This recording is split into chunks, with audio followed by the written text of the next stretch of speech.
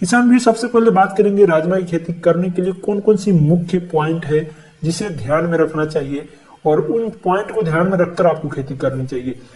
जिसमें से पहला पॉइंट जो रहेगा किसान भाइयों, राजमा की बुआई का क्या समय है, कौन सी समय पे इसकी बुआई करें। उसके बाद राजमा की खेती जो हम कर रहे हैं उसका जलवायु कैसी होनी चाहिए। उसके बाद बात करेंगे किसान भाइयों, जब हम जलवायु डिसाइड कर लेंगे तो खेत कैसी यानी कि मिट्टी कैसी होनी चाहिए राजमा की खेती करने के लिए। जब मिट्टी के बाद हम ये जानेंगे कि राजमा की खेती कर रहे हैं तो खेत की तैयारी किस प्रकार से करें, और उसके बाद हम ये जानेंगे किसान भाइयों, अगर राजमा में कोई प्रकार के रोग आते हैं तो उसको नियंत्रण कैसे करें। और उसके बाद जानेंगे राजमा की खेती आप कर रहे हैं किसान भाइयों तो राजमा में कितने बार सिंचाई करें और कितने दिनों का अंतराल सिंचाई करें। उसके बाद हम जानेंगे इसकी खेती कर रहे हैं तो कौन सी खाद एवं उर्वरक आपको डालना है खेत की तैयारी करते समय, कौन सी खाद एवं उर्वरक आपको जब राजमा 30 से 40 दिन का हो जाए उस समय पे डालना है। तो ये संपूर्ण जानकारी। तो पहले उपयुक्त मिट्टी से शुरू करते हैं। तो राजमा की खेती के लिए उचित जल निकासी वाली बलुई दोमट मिट्टी की आवश्यकता होती है। किसान भाइयों, बात की जाए राजमा की खेती के लिए जो मिट्टी का पीएच मान है, हमने आपको शुरू में ही बताया पीएच मान जानकर ही खेती करे कि कौन सी भूमि के लिए क्या उपयुक्त है। तो 6.5 से 7.5 के बीच का पीएच मान होना चाहिए राजमा की खेती करने के लिए। राजमा के लिए जलवायु की बात करें तो आर्द्र और शुष्क जलवायु की ये जो फसल होती है, जो राजमा है, इसकी जलवायु तापमान अधिक अहमियत रखता है। भारत में राजमा की खेती खरीफ और रबी दोनों ही मौसम में किया जाता है किसान भाइयों। किसान भाइयों, अगर हम बात करें राजमा के पौधे को अच्छे से वृद्धि करने के लिए तापमान की क्या आवश्यकता होती है, तो राजमा की खेती करने के लिए सामान्य तापमान की आवश्यकता होती है, न ही अधिक गर्म और न ही ज्यादा सर्द जलवायु इसके लिए लाभदायक होता नहीं है। किसान भाइयों, बात कर लेते हैं राजमा के बीज को अंकुरण के समय कितनी तापमान होनी चाहिए। तो 20 डिग्री तापमान मिनिमम आपको बीज अंकुरित के समय रहना चाहिए। अंकुरण के बाद 10 से 30 डिग्री तापमान पे राजमा की खेती आसानी से की जा सकती है। किसान भाइयों, अब हम बात करेंगे अधिकतम तापमान है 30 डिग्री और न्यूनतम 10 डिग्री तक राजमा आसानी से हो जाती है। किसान भाइयों, उसके बाद ये जानना जरूरी होते हैं राजमा की खेती आप कर रहे हैं तो राजमा की बीज रोपाई का सही समय क्या है, कौन से समय पे इसकी खेती की जाए जिससे बेहतर मंडी रेट मिले और बेहतर उत्पादन मिले और राजमा की ग्रोथ जल्द हो। तो राजमा के बीज को रोपाई के लिए ड्रिल विधि द्वारा आप कर सकते हैं। इसके बीज की रोपाई पंक्तियों में करना है किसान भाइयों, इसलिए बीज की रोपाई से पहले खेत में 1 से 1.5 फीट की दूरी रखते हुए पंक्तियों को तैयार कर लेना है।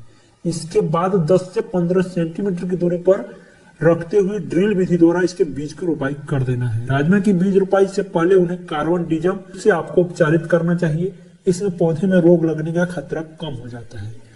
किसान भाइयों, अब जो हमारा पॉइंट रहेगा कि राजमा की कौन सी उन्नत किस्में लगाए, कौन सी वैरायटी की खेती करें जो हमको बेहतर उत्पादन देगी किसान भाई। तो पहले नंबर पर जो वैरायटी रखा है PDR 14 राजमा की यह जो वैरायटी है, उदय के नाम से भी इसको बहुत जगह पर जाना जाता है।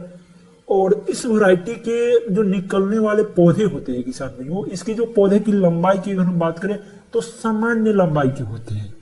और इस वैरायटी को तैयार होने में बीज रोपाई के तकरीबन 120 दिन की समय लग जाती है मेरे किसान भाइयों।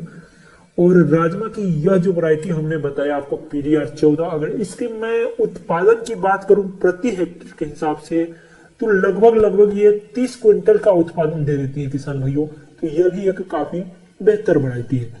उसके बाद दूसरे नंबर पे हमने जो वैरायटी रखा है HUR 15, यह जो वैरायटी है यह 125 दिन का समय ले लेती है और इसमें निकलने वाले जो दाने होते हैं ये सफेद रंग का होता है, पूरी सफेद। और इसकी उत्पादन की बात करें तो ये 20 से 25 क्विंटल की उत्पादन ये प्रति हेक्टेयर के हिसाब से देती है किसान भाइयों। उसके बाद मालवीय 137 जो वैरायटी है ये भी काफी अच्छी वैरायटी है। वीडियो को अंत तक देखें, बहुत सारा जानकारी मिलने वाली है। मालवीय 137 के बारे में बात करें तो 115 दिन की यह समय लेती है। इसमें निकलने वाले दाने का रंग लाल होता है और इसमें उत्पादन की बात करें तो 30 क्विंटल की उत्पादन प्रति हेक्टेयर के हिसाब से मिल जाती है। किसान भाइयों, बात करें राजमा की खेत की तैयारी किस प्रकार से करना है, तो किसी भी फसल को अगर अच्छी पैदावार लेनी है, सही से विकास करनी है तो उसको शुरुआती विकास होना जरूरी होता है। और राजमा की शुरुआती विकास डिपेंड करती है खेत की तैयारी कैसी है। और खेत की तैयारी करते समय आपसे आपने कौन सा खाद एवं उर्वरक का इस्तेमाल किया है। तो राजमा को खेत को तैयार करने के लिए सबसे पहले उसकी अच्छी तरह से मिट्टी पलटने वाले हलों से आपको गहरी जुताई करनी है। किसान भाइयों, आपको क्या करना है, कल्टीवेटर है, जो भी गहरी जुताई करने की यंत्र हो उससे पहले जुताई करना है, जो मिट्टी को पूरे अंदर से पूरे उखाड़ कर बाहर लाए। उसके बाद आपको क्या करना है, प्राकृतिक खाद के रूप में सड़ी गोबर की खाद का इस्तेमाल करना है 10 से 15 गाड़ी। उसके बाद रोटावेटर से आपको खेत की जुताई करवा देना है। रोटावेटर से खेत की जुताई करवाने के बाद आपका खेत जो हो जाए बिल्कुल तरीके से तैयार हो जाएगा। इसके बाद जो किसान भाई रासायनिक खाद का इस्तेमाल करना चाहते हैं उसके लिए बता दें, आपको 120 केजी डीएपी की मात्रा प्रति हेक्टेयर के हिसाब से देना है। इसके बाद खेत की आखिरी जुताई के समय 60 केजी नाइट्रोजन की मात्रा आपको छिड़काव करना होता है। किसान भाई अब हम बात करेंगे, राजमा की खेती कर रहे हैं तो राजमा की पौधे की सिंचाई, राजमा को पौधे को अधिक सिंचाई की आवश्यकता नहीं होती है। इसकी पहली सिंचाई को बीज रोपाई के तकरीबन 20 से 25 दिन बाद कर देनी चाहिए। लेकिन जिन किसानों ने इसकी रोपाई सूखी भूमि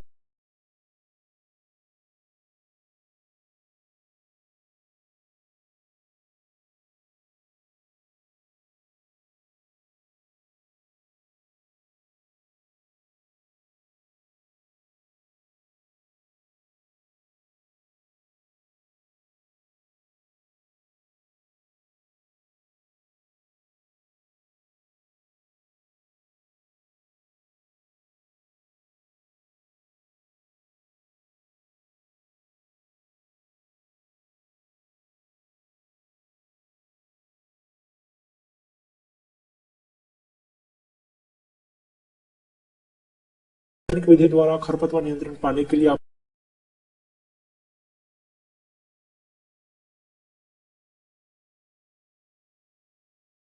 में लगने वाले रोग एवं उनकी रोकथाम की, तो राजमा में कई प्रकार के रोग लग जाते हैं। तना गलन रोग ये सबसे ज्यादा लगती है और इसकी खेती कर रहे हैं तो इन सभी रोगों के बारे में आपको समझ होनी चाहिए, ताकि जैसे ही आपको इसका प्रकोप दिखे उस समय पर तुरंत आप इसका नियंत्रण करें। तना गलन रोग यह एक सामान्य रोग होता है जो कि अक्सर ही पौधे पर जल भराव की स्थिति में देखने को मिल जाता है। यह रोग पौधे अंकुरण के समय ही दिखाई देता है। इस रोग से जो प्रभावित होने पर पौधे की जो पत्तियां होती है पीले रंग के जलीय धब्बा बन जाता है। रोग की अधिक बढ़ जाने पर धब्बे का आकार भी विशाल हो जाता है, जिससे पौधे की पत्तियां पीली होकर गिर जाती है। इस रोग से बचाव के लिए कार्बन डिजम की उचित मात्रा से आपको शुरू में ही उपचारित क्या करना है, संपूर्ण पौधे पर छिड़क देना है। उसके बाद फली छेदक रोग लग जाती है। फली छेदक रोग राजमा के पौधे पर कीट के रूप में देखने को मिलता है। इस कीट का जो लार्वा फलियों के बीज को पूरा खा जाता है, जिससे पैदावार अधिक प्रभावित होती है। सभी रोगों के बारे में मैं जानकारी दूंगा, बस आप लोग वीडियो को पूरा समझे, अंत तक देखें। इस रोग की रोकथाम करने के लिए मोनोक्रोटोफास या एनपीवी की उचित मात्रा छिड़काव कर पौधे पर नीम के तेल का छिड़काव कर इस रोग की रोकथाम की जा सकती है। उसके बाद जो रोग लगती है किसान भाइयों, पूर्ण सुरंगक रोग। यह जो रोग है पौधे की पत्तियों को अधिक प्रभावित करता है। इस रोग के कीट पत्तियों को खाकर नष्ट कर देता है, जिससे पौधा अपना भोजन नहीं प्राप्त कर पाता है और कुछ समय पश्चात ही सूखकर नष्ट हो जाता है। इसके लिए आपको क्या करना है, इमिडाक्लोप्रिड या डाइमिथोएट की उचित मात्रा घोल बनाकर पौधे पर छिड़काव कर इस रोग से बचा जा सकता है। इसके अलावा पौधे की कई तरह के रोग पाए जाते हैं जो पौधे को हानि पहुंचाकर पैदावार को प्रभावित करते हैं, जैसे माहू रोग, कोणीय धब्बा, ये सभी रोग। बात कर लेते हैं राजमा की फसल की कटाई और पैदावार और कमाई की। राजमा के पौधे को तैयार होने में तकरीबन 120 से 130 दिन का समय लग जाता है। इसके बाद इसकी पंक्तियां पीले रंग की दिखाई देने लगती है, तब इसके पौधे को भूमि के पास से काट लेना चाहिए। पौधे की कटाई के बाद उन्हें अच्छी तरह से धूप में सुखा लिया जाता है। इसके बाद मशीन की सहायता से इसके बीज को ठीक निकालने के बाद किसान भाई आप बेच सकते हैं। प्रति हेक्टेयर के हिसाब से आपको जो पैदावार मिलेगी 25 से 30 क्विंटल मिल जाएगी और 8 से 10 हजार रुपये आपको मिनिमम रेट मिल जाएगी।